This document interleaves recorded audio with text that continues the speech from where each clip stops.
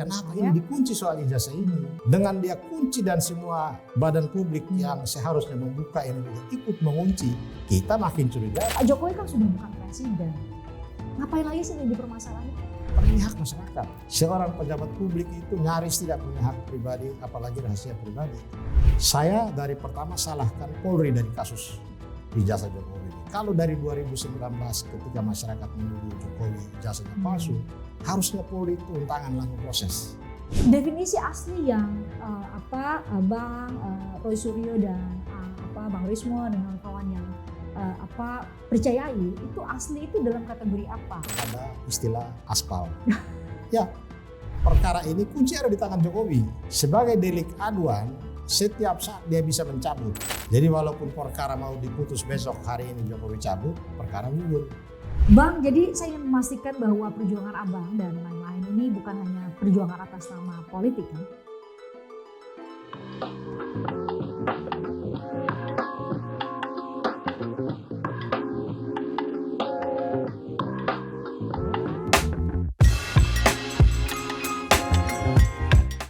Kasus ijazah Joko Widodo ini sekarang sudah masuk ke tahapan baru atau babak baru. Ada kita mungkin baru mengenalnya, baru mendengarnya. Mungkin bagi sebagian yang Anda yang nonton baru mendengar ada Komisi Informasi Publik ternyata. Dan saat ini tahapan yang dilakukan oleh salah satunya Aliansi Bongkar Ijazah Jokowi, Bonjowi adalah itu.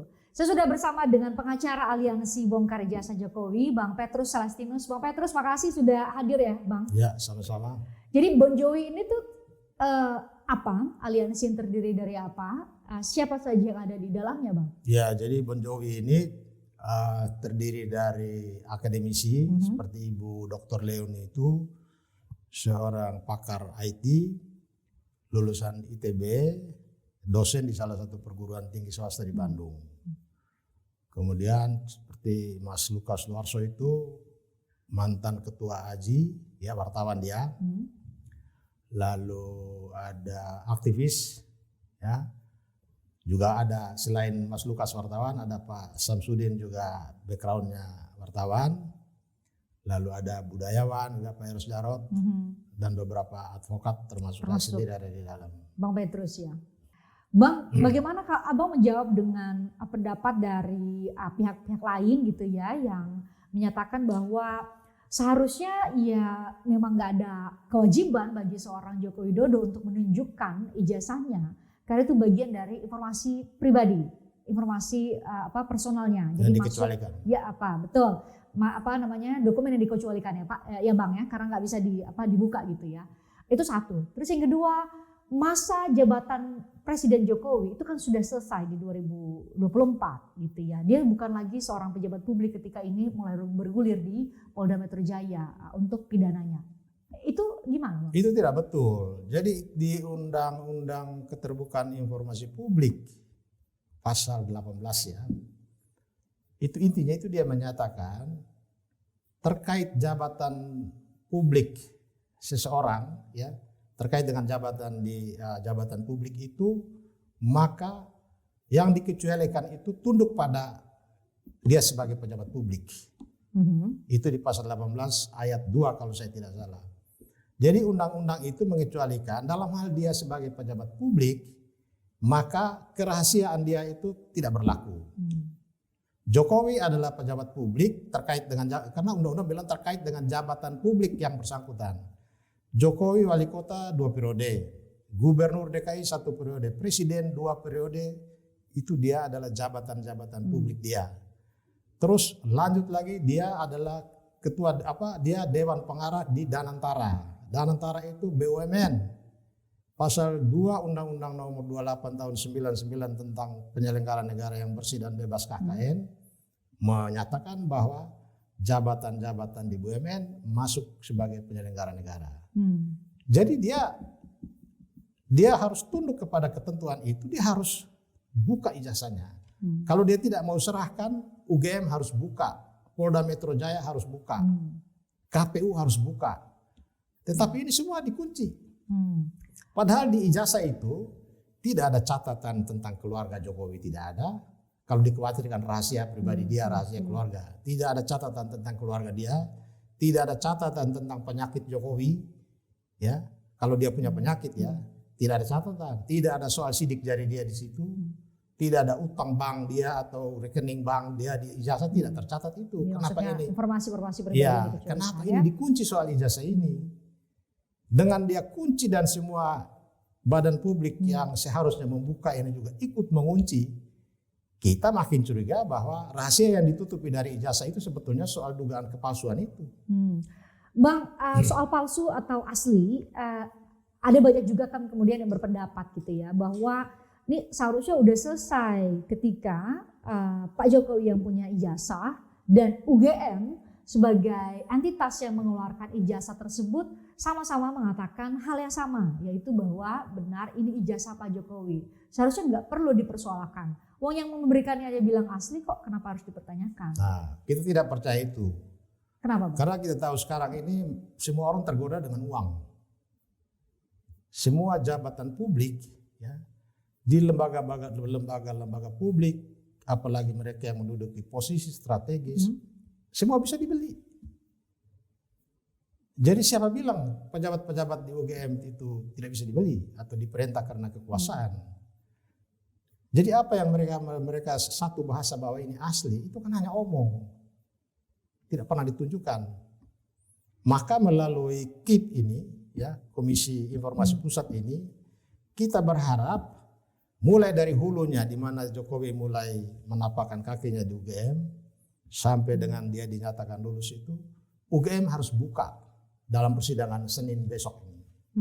Karena dengan membuka itu dan memperlihatkan, nanti diperlihatkan itu dalam sidang tertutup. Karena itu adalah bagian dari hak publik yang harus disampaikan oleh badan-badan publik yang menyimpan dokumen ini, ya antara lain UGM. Di sana besok ini kan ada 5 badan publik yang dimohon. Oke. UGM, Polda Metro Jaya, KPU Pusat, KPU DKI, KPU Surakarta. Di UGM sendiri ada 20 dokumen. Kalau di KPU sekitar 10. Tapi hampir sama. Kalau di UGM itu 20-an lebih itu karena menyangkut itu kartu nilai, kartu pembayaran dan lain-lain. Jadi tidak ada alasan untuk mereka berlindung di balik rahasia pribadi.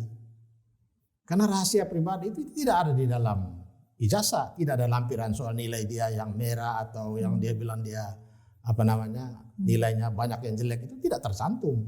Jadi apa yang mau apalagi ijazah dia ini sebelum dia jadi presiden, ijazah dia itu sudah dia fotokopi, itu berarti sudah ada orang lain juga sudah lihat. Serahkan ke partai politik, partai politik verifikasi, ngecek kelengkapan. Daftar ke KPU. Daftar KPU Surakarta. Verifikasi administrasi, kemudian verifikasi faktual, terus letak rahasianya di mana. Kok barang ini sudah banyak orang tahu, giliran dicurigai sebagai palsu, dikatakan ini rahasia pribadi. Itu kan tidak fair.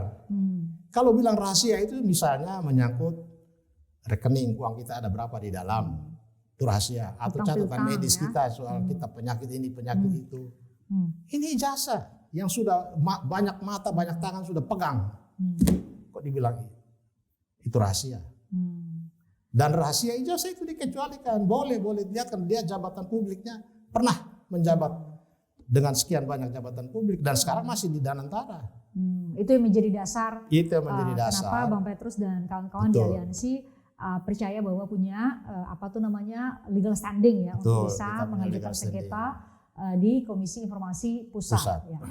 Bang, tadi soal logika sederhana tadi ya, Pak Jokowi yang punya ijazah, UGM yang mengeluarkan, kata Abang belum selesai sampai situ. UGM tidak pernah pegang. Ya, selama ini setelah Jokowi diserahkan ijazah asli itu, mereka kan tidak punya file. Ya, tapi kan misalnya bicara mengenai keasliannya itu kan Bang, yang ibaratnya yang diberi bilang asli, yang memberi udah asli nih, bilangnya asli gitu. Definisi asli yang Bang Roy Suryo dan Bang Rismo dengan kawan yang percayai itu asli itu dalam kategori apa? Asli itu kalau kategori tentang ijazah, pertama kalau dibenarkan oleh universitas yang mengeluarkan, itu sudah dibenarkan dalam hal ini? Itu juga belum menjamin karena ada istilah aspal. Ya, aspal ini sampai dengan tahun 2006 masih menjadi diskusi publik diselenggarakan oleh Mabes Polri tahun 2006 tentang fenomena ijazah palsu di kalangan pejabat publik. Ya. Dan paling banyak di DPR. Asli tapi palsu. Ijazah palsu. Artinya ya orang bisa dengan mudah mendapat ijazah dari universitas ternama, baik negeri maupun swasta. Sehingga bagaimana kita bisa percaya ya macam kedua institusi itu, misalnya UGM menyatakan asli benar, Jokowi juga bilang benar, tapi tidak pernah memperlihatkan. Mas Roy dan kawan-kawan itu kan hanya bilang mereka ingin lihat dan mereka pegang karena mereka itu kan ahli lihat kertasnya, tintanya, logo UGM itu letaknya bagaimana, itu kan mereka ahli. Bahkan hanya dengan fotokopi pun mereka bisa memastikan ini asli, ini tidak asli. Ini cetakan Pramuka, ini cetakan dari UGM. Itu. Jadi asli tapi palsu itu maksudnya benar ada institusi yang berwenang mengeluarkan itu, tetapi kepada orang yang tidak memenuhi syarat. Misalnya dia tidak pernah kuliah, dengan uangnya dia bisa beli. Atau dia DO, dia beli, dia menggunakan gelar. Itu beberapa probabilitas yang mungkin ya patut diduga menurut Bang Jowi itu juga terjadi dalam kasus ini.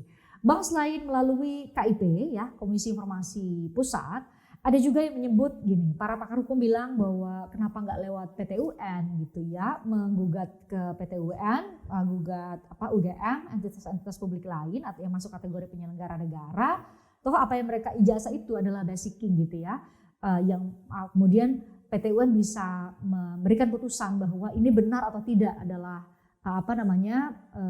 surat atau ijazah yang benar dikeluarkan oleh sebuah entitas, dalam hal ini adalah UGM. Ya. Itu kenapa nggak ditempuh, Bang? Memang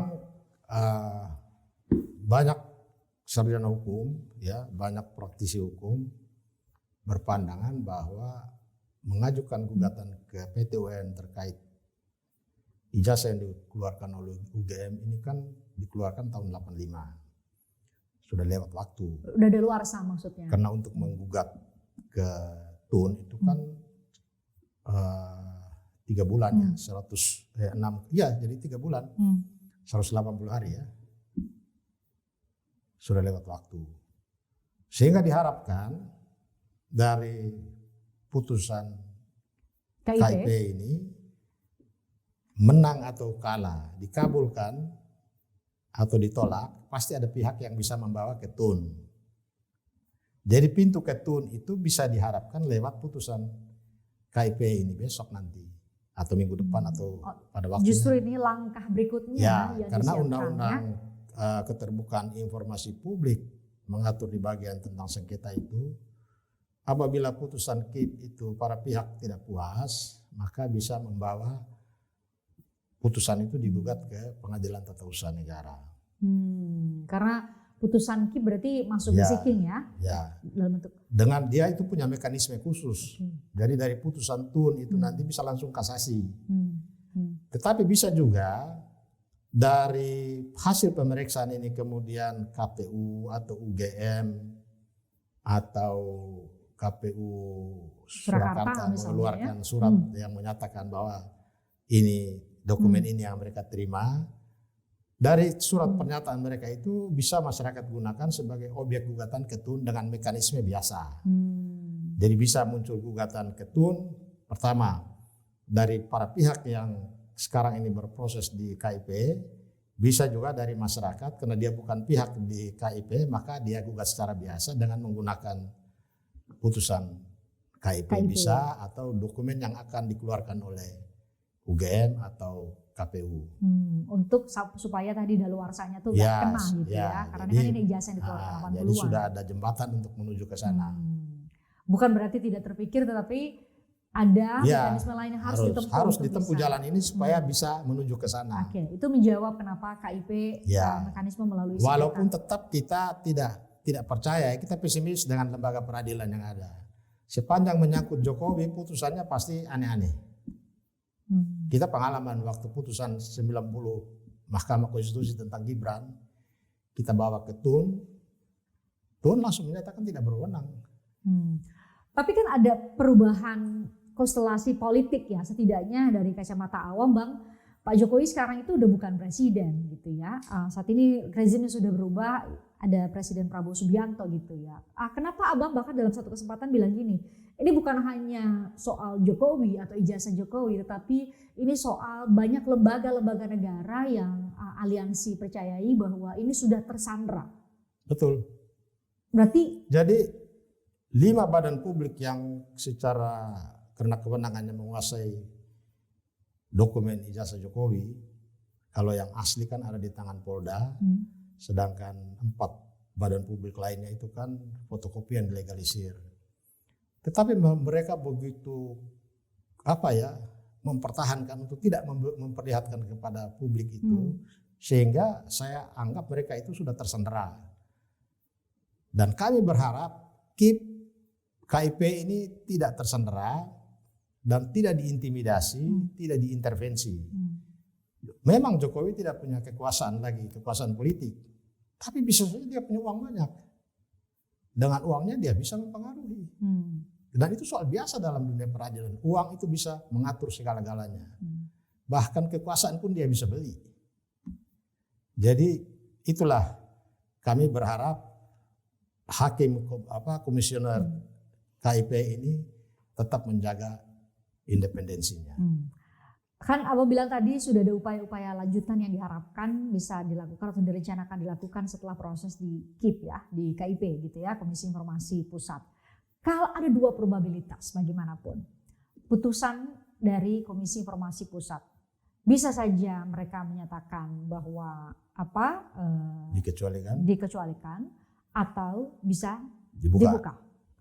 Kalau putusan dari KIP bahwa ijazah Pak Jokowi itu termasuk informasi yang dikecualikan.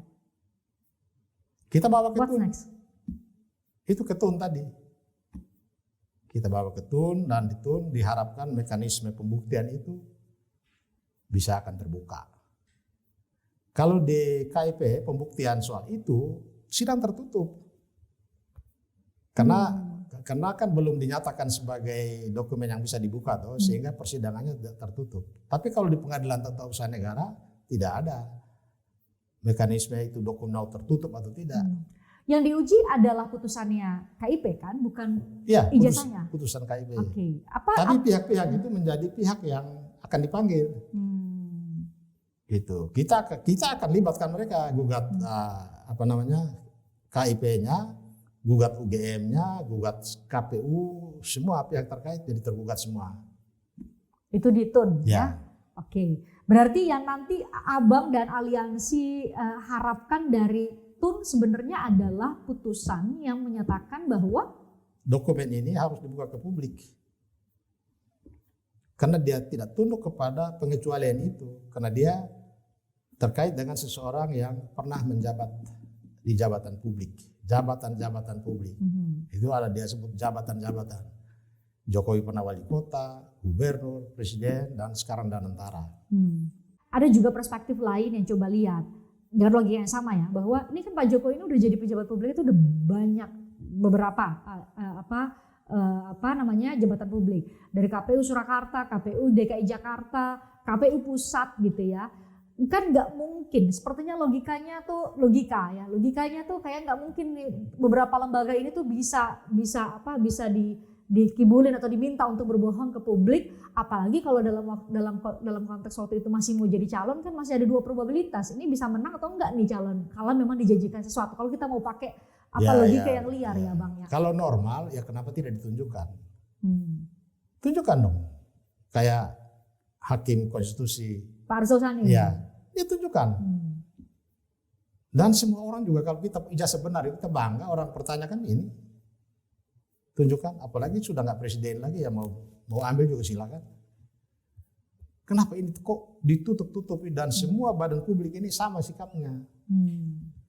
Kalau Abang mencurigai badan-badan publik ini memang tersandera, ya. Oke, tersandera. Kita pakai kacamata lain lagi ya Bang. Ini terlepas dari kacamata hukum. Ada yang bilang gini, Pak Jokowi kan sudah bukan presiden. Ngapain lagi sih dipermasalahin? Jawaban abang apa? Itu loh, karena masyarakat terbelah. Bahkan mayoritas sudah meyakini bahwa ijazah Jokowi itu palsu. Dan kalau benar palsu, bagaimana dengan nasib? Ada lembaga kepresidenan, lembaga pemilu, KPU, UGM, partai politik, pintu pertama dia masuk. Semua menjadi tidak dipercaya oleh rakyat. Hanya karena seorang Jokowi. Kalau ini ditutup-tutupi terus, akhirnya masyarakat yang yakin bahwa ijazah itu palsu. Bisa saja pemilu tahun 2009 orang nggak mau lagi. Ngapain kita ikut, ternyata hanya menghasilkan seorang presiden dengan ijazah palsu. Dengan berbagai persoalan yang dia timbulkan. Makanya saya bilang pertarungan ijazah palsu di Polda Metro Jaya ini adalah pertarungan kepentingan umum melawan kepentingan pribadi Jokowi. Jokowi kan hanya memperjuangkan nama baiknya. Sedangkan Roy dan kawan-kawan ini memperjuangkan itu tadi.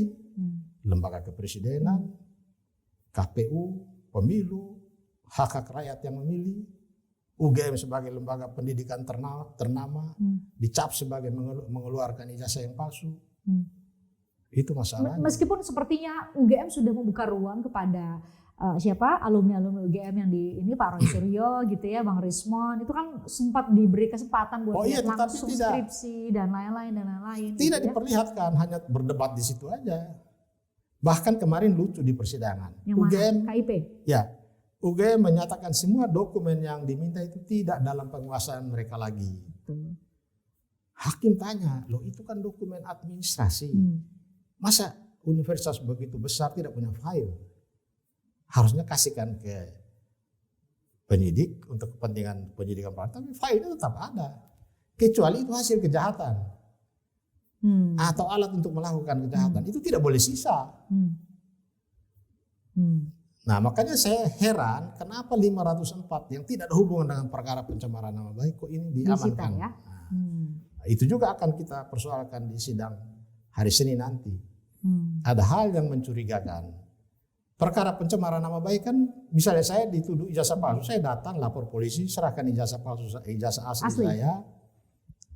Polisi dengan ijazah itu dia proses yang mencemarkan nama baik. Tapi ini pihak yang dituduh mencemarkan, tidak ada satu dokumen pun yang disita dari mereka. Malah yang disita dokumen milik Jokowi dan UGM. Logika hukumnya demikian ya Bang? Ketika ada yang merasa namanya dicemarkan, maka beban pembuktian itu ada tetap ada di tangan aparat penegak hukum. Mereka harus mencari bukti-bukti itu. Yang saya lihat di Polda sekarang, laporan tentang pencemaran nama baik, tapi cara kerjanya seperti menyidik dugaan ijazah palsu. Sehingga semua hal yang terkait ijazah palsu terkait dengan Jokowi disita semua dari UGM. Kalau ada pendapat bahwa justru cara penyidik itu untuk nanti di proses peradilan, di pengadilan maksud saya, di persidangan itu kan nanti akan masuk ke untuk bisa membuktikan apakah benar ada dugaan fitnah di dalamnya ya, pencemaran nama baik fitnah ya, tersatu 310 KUHP 311 itu adalah dengan membuktikan otentik atau tidak ijazah Pak Jokowi, apakah bisa dibenarkan karena alasan itu Bang? Oh tidak, peradilan pidana ini tidak punya kewenangan memastikan ijazah ini sah atau tidak, asli atau tidak. Itu harus dibuktikan melalui proses seperti laporan TPUA bahwa Jokowi menggunakan ijazah palsu. Itu proses itulah yang harusnya diteruskan sampai benar-benar membuktikan bahwa ijazah ini betul dan sah. Dan itu berarti Jokowi duduk sebagai terdakwa. Sekarang dengan posisi yang sekarang Jokowi merasa diri sebagai korban pencemaran nama baik. Dia melaporkan peristiwa itu ke Polda Metro Jaya, tetapi yang disita justru semua dokumen yang terkait dengan ijazah Jokowi. Kalau logikanya nih Bang ya, ini devil's advocate nih. Kalau logikanya adalah karena salah satu sangkaannya adalah memalsukan ya Bang ya, betul ya? Memalsukan ya kan yang undang-undang ITE-nya. Ya 3235. Memalsukan, yang mengedit dan lain-lain. Mengedit, mendistribusikan, merekayasa. Merekayasa dan lain-lain. Karena salah satu sangkaannya itu, maka penyidik dalam hal ini mengambil yang asli untuk bisa membandingkan apakah benar nggak nih Bang Rismon mengeditnya, benar nggak nih itu Pak Roy Suryo nol besar, tidak ada sama sekali. Mereka menganalisa, jadi dengan tidak merubah sedikit pun dokumen yang diposting oleh Dian Sandi. Dokumen yang diposting oleh Dian Sandi yang katanya itu aslinya dari ijazah Jokowi itu tidak mengalami perubahan sedikit pun karena secara fisik tidak pernah diserahkan ke Roy atau Rismon. Tidak pernah dibawa penguasaan Tidak mereka. pernah. Makanya saya bilang harusnya kalau mau fair dari awal itu sita dong. Dengan alat apa Roy Suryo dan Rismon mengedit? Sekarang ada nggak gitu? Tidak prosesnya? ada, kan mereka kan hanya dengan handphone mereka, terus mereka pokoknya dengan keahlian mereka itu mereka bisa lihat perbedaan letak logo, kertasnya, foto yang katanya Jenis font ya? ya, pokoknya foto yang letak foto pun tidak dilintasi oleh stempel. Bang, tadi saya bilang di awal dan faktanya memang demikian, penonton kita juga bisa lihat lah ya. Ini sekarang kan benar-benar ada dikotomi yang luar biasa nih. Yang percaya palsu, ada yang percaya asli gitu ya. Ribut sekali di media sosial juga. Sama-sama dengan pendapat dan kepercayaan masing-masing gitu ya terhadap kebenaran mana gitu ya. Bang, kalau Bon Jovi sendiri atau ya setidaknya Bang Petrus sendiri masih membuka nggak kemungkinan apa yang diperjuangkan oleh Bang Petrus dan kawan-kawan ini terbukti tidak benar? Masih membuka nggak kemungkinan itu? Masih apa? Masih membuka nggak kemungkinan itu? Membuka untuk? Bahwa apa yang Bang Petrus perjuangkan sekarang dalam arti bahwa keyakinan bahwa ijazah Pak Jokowi ini palsu nanti terbukti sebaliknya. Sepanjang Jokowi tidak mau memperlihatkan, sepanjang aparat kepolisian tidak mau memperlihatkan, maka perjuangan ini akan jalan terus. Meskipun Abang bilang tadi, kecuali nanti dalam hasil akhirnya bahwa ijazah asli ditunjukkan. Jokowi itu betul dan sah. Ditunjukkan. Karena setiap perjuangan kan pasti ada konsekuensinya. Ya. Bahwa kita harus terima kenyataan dan kenyataan itu kalau memang positif, ya kita berbesar hati, berarti lembaga publik terselamatkan. Karena yang mereka perjuangkan ini kan kepentingan umum. Jadi pasal 310, pasal 27A Undang-Undang ITE itu kan ada alasan pembenar. Jadi alasan pembenar itu menghapus sifat melawan hukum. Artinya sifat bahwa perbuatan ini sebagai pencemaran nama baik itu dibenarkan oleh undang-undang sepanjang itu diperjuangkan untuk kepentingan umum. Jadi sebetulnya banyak pasal di dalam undang-undang yang memberi imunitas kepada Roy Suryo dan kawan-kawan untuk tidak dituntut sepanjang itu diperjuangkan untuk kepentingan umum. Nah, maka proses penyidikan di Polda itu kami minta harus ada ruang, kesempatan untuk ketiga orang ini, Roy Suryo, Rismon, Dr. Tifa, diberi kesempatan membuktikan bahwa tuduhan kami ini benar. Inilah hasil analisa kami, inilah hasil audit forensik yang mereka lakukan. Tapi kan dengan proses yang sekarang itu semua tertutup, Bang. Tertutup, tapi karena ini diatur oleh pasal 3, nanti dibuka di pasal 311 KUHP. Ya.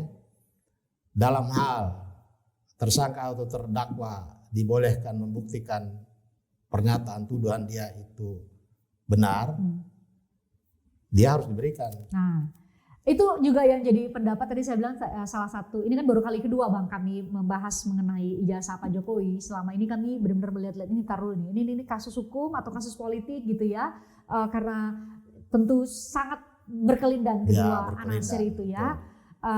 Abang nih narasumber kedua mengenai kasus ijazah Jokowi. Pada episode sebelumnya ketika saya wawancara Pak Sugeng Teguh Santoso, Pak Sugeng justru bilang bahwa justru ketika Roy Suryo, Bang Rismon, Dr. Tifa, Egy Sujana dan lain-lain masuk ya. Kalau klaster yang kedua ya yang 311 KUHP, justru itu menjadi kesempatan bagi ketiganya status hukum sebagai tersangka ini nanti masuk ke persidangan nanti menjadi terdakwa, justru ada kesempatan bagi ketiganya untuk membuktikan apa yang selama ini mereka percayai. Ya. Abang sepakat soal itu? Ya, karena itu aturannya ada. Jadi dari sekarang penyidik harus mulai membuka ruang itu. Jadi Roy, Rismon, Tifa diberi kesempatan untuk membuktikan tuduhannya, sehingga nanti begitu perkara masuk ke persidangan, hakim tinggal menguji lebih lanjut, lebih dalam lagi. Tuh. Jadi di persidangan Roy Suryo, Rismon Sianipar dan Dr. Tifa, publik bisa tahu bisa lihat, karena itu kan sidang terbuka untuk umum. apa yang mereka perjuangkan sekarang itu Betul. adalah fitnah atau sebuah kebenaran. Betul. Jadi cuman masalahnya perkara ini kunci ada di tangan Jokowi. Sebagai delik aduan, setiap saat dia bisa mencabut. Kita tidak bisa memaksa karena itu hak dia. Otoritas penuh diberikan kepada pengadu dalam delik aduan. Jadi walaupun perkara mau diputus besok, hari ini Jokowi cabut, perkara gugur. Sampai ke tahapan manapun gitu. Sampai tahap manapun. Walaupun sampai sudah ada pembacaan surat dakwaan, menghadirkan saksi-saksi, besok sebelum Palu Hakim mengetuk itu bisa dicabut kembali. Bisa dicabut. Itu karena itu delik aduan. Jadi saya bilang kita ngotot supaya ini dibuka di persidangan. Kalau Jokowi cabut besok, Jokowi cabut itu bisa karena dua alasan. Pertama, dia nggak mau repot. Yang kedua, mungkin saja dia takut nanti ini terungkap semua, dia cabut. Tidak ada orang yang bisa melarang. Karena itu dilindungi oleh undang-undang. Sehingga kalau untuk memastikan ijazah ini diproses dalam suatu proses peradilan yang fair, maka masyarakat membuka laporan baru. Bahwa ijazah ini diduga palsu berdasarkan bukti dari hasil penelitian observasi dari Roy Suryo, Dr. Rismon, dan Dr. Tifa. Dijadikan bukti bahwa ijazah Jokowi palsu. Minta penyidik memproses. Karena yang di TPUA di Barreskrim sudah dihentikan penyelidikannya. Penyelidikannya dihentikan. Ya. Karena waktu dihentikan di penyelidikan di Barreskrim, Roy Suryo, Rismon, Dr. Tifa tidak dipanggil oleh Barreskrim untuk menjadi saksi. Karena waktu itu kan mereka sudah umumkan bahwa kami punya temuan. Kami punya hasil penelitian, ini palsu. Tapi kenapa tidak dijadikan saksi, buru-buru dihentikan. Jadi sikap aparat penegak hukum, badan publik ini semakin menimbulkan kecurigaan masyarakat bahwa praktek-praktek penyelenggara negara lebih kepada melindungi kepentingan Jokowi. Bang, ini kan tadi saya katakan tadi bahwa sedari awal kasus ini tuh berkelindan sekali ya. Ini kasus hukum, isu politik, kasus hukum, isu politik. Kalau nanti pertanyaannya kepada semua yang memperjuangkan dan terus berjuang selama beberapa bulan ini gitu ya. Kami mungkin juga berterima kasih kepada Abang, ya Bang Rismon, Dr. Tifa dan lain-lain yang berjuang dengan caranya untuk bisa memberikan edukasi kepada publik. Jadinya sekarang minimal kita tahu ada Komisi Informasi Pusat gitu ya. Oh, lebih tahu lagi dengan PT-UN atau proses-proses yang terjadi. Terlepas dari segala hal yang tengah menjadi atau mengundang kontroversi dalam proses ini. Bang, kalau nanti suatu saat Abang sendiri mengambil sikap seperti sekarang gitu ya. Suatu saat dugaan yang sama, dugaan ijazah palsu, itu dialamatkan kepada tokoh politik yang Abang dukung. Apakah hal yang sama akan Abang lakukan? Oh, kita harus dorong supaya buka. Kalau misalnya calon presiden dari taruhlah partai A misalnya, di mana kita ada di situ, kita akan dorong supaya ini tidak boleh dikecualikan. Karena ijazah itu bukan dokumen yang harus dirahasiakan, karena itu diatur di dalam undang-undang. Apalagi menyangkut dia seorang pejabat publik. Ijazah itu sama sekali tidak mencantumkan tentang rahasia pribadi. Hanya ada nama mahasiswa yang bersangkutan, nama universitas, nomor nomor induk atau nomor ada nomornya, tanda tangan dekan, nomor induk mahasiswa. Ada foto yang bersangkutan dengan dia bahwa ini dia berhak untuk menempuh gelar doktoral dan lain-lain. Terus rahasianya di mana coba? Tidak ada yang dirahasiakan, kecuali misalnya soal nilai dia merah terlalu banyak jadi dia mau rahasiakan. Nah, itu kan kita tidak minta. Yang dituntut adalah soal memastikan bahwa ini asli atau tidak. Jadi karena yang di Polda ini fokus kepada hilirnya yaitu ijazah, kita sekarang Bon Jovi fokus kepada hulunya, membongkar dari hulunya. Mulai dari hari pertama dia isi formulir, apakah dia isi formulirnya S1 atau sarjana muda. Karena bahasa sarjana muda itu muncul dari beberapa orang sebelum perkara ini bergulir di Polda. Di Barreskrim pun waktu konferensi pers, perkataan sarjana muda itu sempat muncul dan ditunjukkan. dokumen pengisian formulir sarjana muda itu. Sehingga orang lalu menghubungkan, ada yang bilang dia hanya sarjana muda, dia nggak sampai tuntas. Jadi perjuangan Bon Jovi akan membongkar dugaan ijazah palsu dari bagian hulunya. Sedangkan yang di proses di Polda Metro Jaya itu menguji langsung ke ijazahnya. Walaupun itu perkara pencemaran nama baik. Harusnya yang diuji itu peralatan Roy Suryo, ya, bagaimana dia bisa dengan kutak-katik jarinya bisa memastikan ini palsu. Lewat secara digital ya. Gitu ya, karena dokumen elektronik digital kan yang diduga dipalsukan atau direkayasa.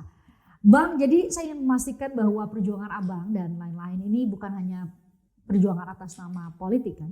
Oh tidak, ini politik penegakan hukum. Jadi kalau orang bilang kita berpolitik dalam pengertian yang negatif, kita akan membantah. Ini politik penegakan hukum karena ini hak masyarakat. Seorang pejabat publik itu nyaris tidak punya hak pribadi, apalagi rahasia pribadi. Sementara Undang-Undang Keterbukaan Informasi Publik produk era SBY itu saya lihat cukup fair untuk mengatur hak masyarakat, hak konstitusionalitas masyarakat untuk mengetahui informasi tentang pejabatnya. Jadi jangan seorang pejabat itu dibuat sakral, dibuat hebat, suci, bersih. Itu tidak boleh. Menurut Abang, pelajaran penting apa yang bisa didapat oleh publik dari kasus dugaan ijazah palsu Pak Jokowi ini? Ya, pertama masyarakat berharap dengan proses ijazah palsu Jokowi yang berkepanjangan ini, masyarakat berharap penegak hukum nomor 1 harus berbenah diri. Saya dari pertama salahkan Polri dari kasus ijazah Jokowi ini. Kalau dari 2019 ketika masyarakat menuduh Jokowi ijazahnya palsu, harusnya Polri turun tangan langsung proses. Prosesnya secara fair. Apalagi kalau mereka yakin ini benar, transparan ya. Tapi tidak dibiarkan masyarakat sampai terbelah. Di puncaknya masyarakat lapor baru di tahun 2025 prosesnya dimulai. Dan itu pun tidak fair. Jadi masyarakat berharap ke depan ini terutama Polri harus berbenah. KPU yang namanya verifikasi administrasi dan verifikasi faktual itu harus melakukan dengan sungguh-sungguh. Selama ini tidak. Mereka ya asal-asalan ya sudah. Verifikasi faktual itu jarang mereka lakukan. Kecuali mungkin ada pihak yang mengorder ya karena persaingan politik. Baru mereka datangi fakultas yang beranggotaan untuk mencocokkan. Benar nggak nih alumni Anda? Itu pun kalau di sana udah dibayar ya dibilang oh ya benar. Jadi verifikasinya terlalu formalitas. Jadi soal verifikasi dan juga partai politik sebelum membawa dia mendaftar secara resmi matang dulu di dalam. Karena informasi soal ijazah Jokowi ini kita dapat informasi ya bahwa di internal di partai yang mengusung pada waktu itu pun sempat jadi perdebatan. Orang pertanyakan kok fotonya beda dengan orangnya. Soal foto itu ada yang mempertanyakan kok foto yang ada di ijazah dengan wajah sebenarnya Jokowi kok bisa berbeda. Tapi faktanya kemudian berlanjutlah proses pencalonan ya, itu prosesnya sampai jalan begitu aja. Presiden gitu ya. Jadi rekrutmen di partai politik terlalu longgar, KPU juga terlalu longgar. Ini pembelajaran buat badan-badan publik yang mengelola, memproses seseorang menjadi presiden ini harus menjadi pembelajaran terpenting. Apalagi kemarin KPU sempat mengeluarkan keputusan KPU yang menetapkan 16 atau 15 dokumen capres-cawapres dikecualikan dari informasi publik. Padahal pemilunya masih 4 tahun lagi. Dan kenapa hanya berupa keputusan KPU? Keputusan KPU itu kan bukan peraturan perundang-undangan. Ya, seharusnya harusnya dalam bentuk peraturan KPU atau diatur dalam undang-undang. Ini semua dokumen, ada 16 dokumen terkait capres-cawapres dikecualikan. Sudah lebih dari undang-undang dia atur. Tapi dengan keputusan, ini siapa yang beli? Pemilu masih lama tapi dia sudah siapkan.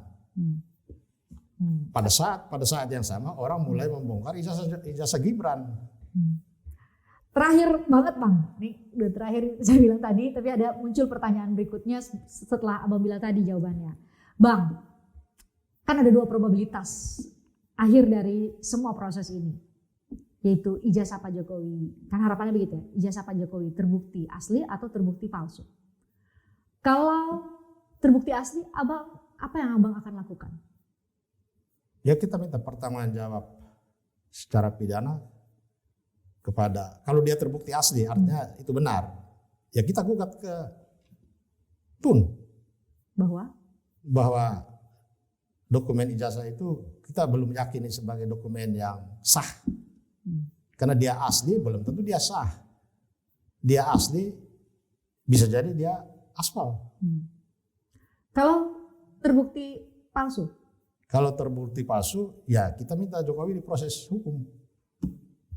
Dia bisa dipidana, dia harus bayar semua kerugian lembaga-lembaga yang menjadi korban kepercayaan publik hilang.